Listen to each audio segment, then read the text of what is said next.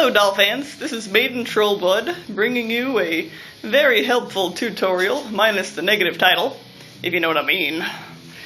And what I want to do is make a video that I would have liked to have seen when I was on my search for BJD Faceup tools.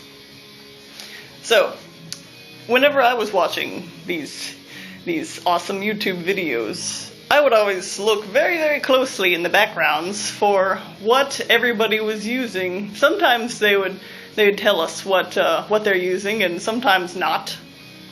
Sometimes they would just say, "Oh, use a acrylic thinner," and I would say, "Which one?" And they wouldn't tell. Some people did though.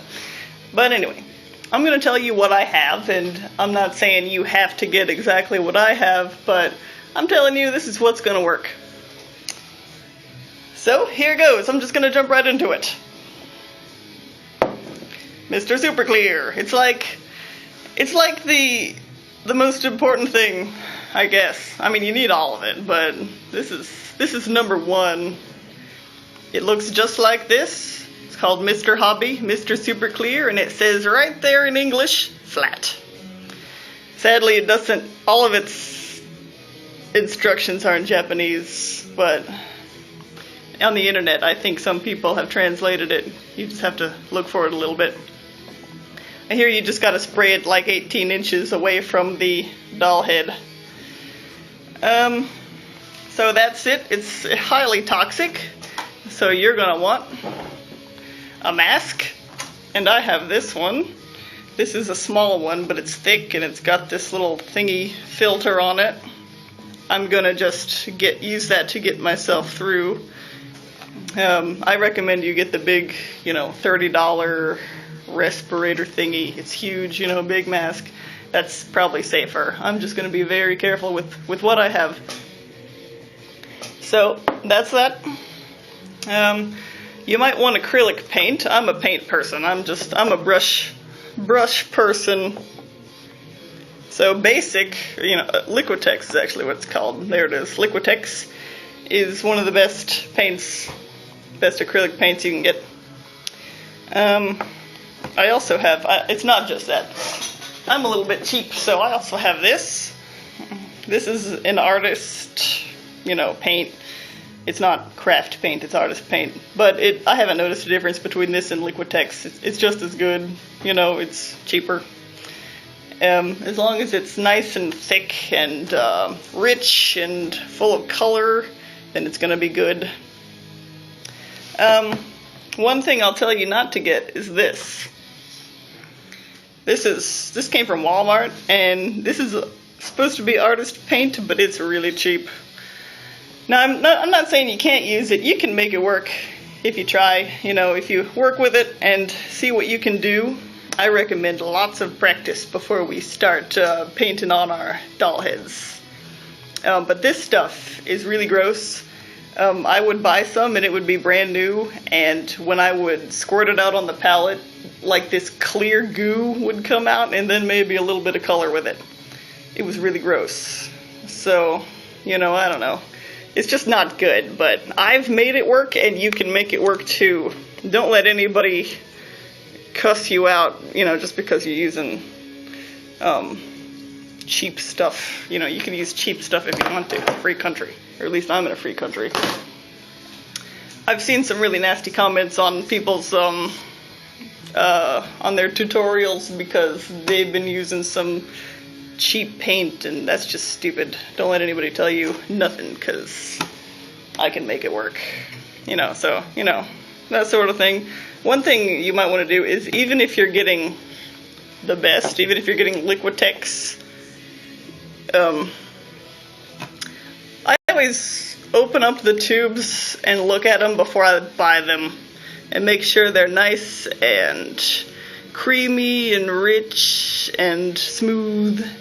One time, I don't know if it was old or what, but one time I bought a tube of blue basic Liquitex, and when I got home I found it had like the texture of grape jelly. It was really gross, and it wasn't good. I still used it because I had paid a lot of money for it.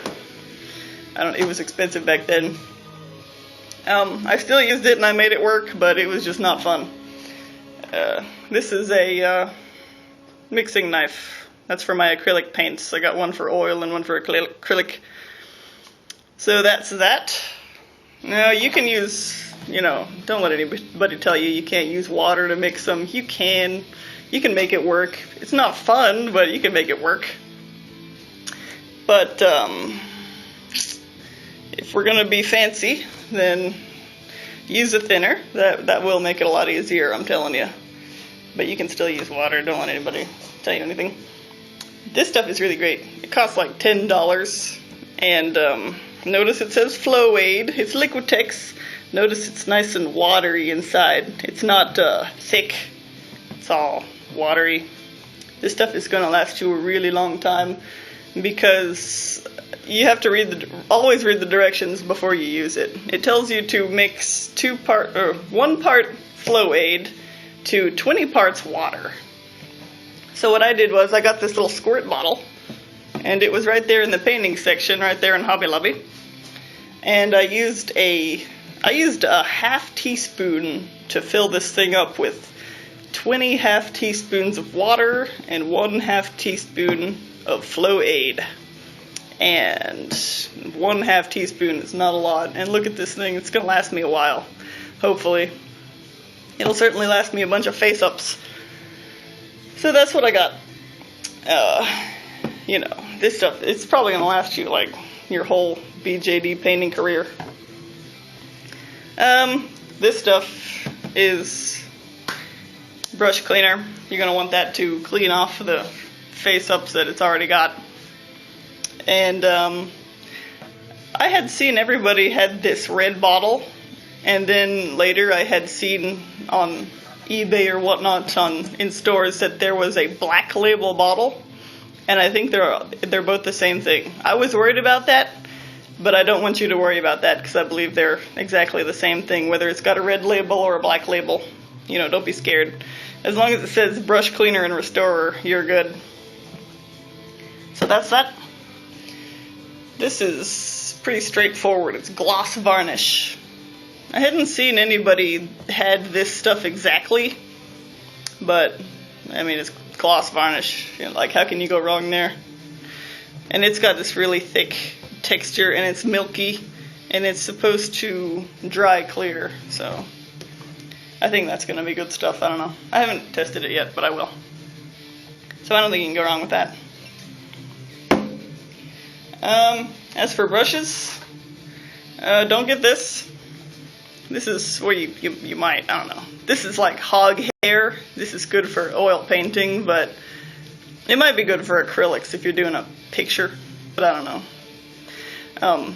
This may not be good for your dolls. It's very coarse and it's rough, and it's made of natural hog hair. What you're probably going to want is this. This is synthetic, and it's nice and soft. And you're going to notice the difference for all your blushing. There it is. And this is what you're really going to want. You're going to want like a big fluffy brush for your blushing, and you're going to want this for your eyelashes and your eyebrow hairs and all your tiny, tiny detail. And there's that.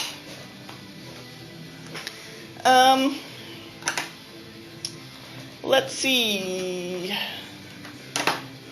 Here's some erasers you're going to want. This is a kneaded eraser. It's going to be gray and it's going to be square shaped.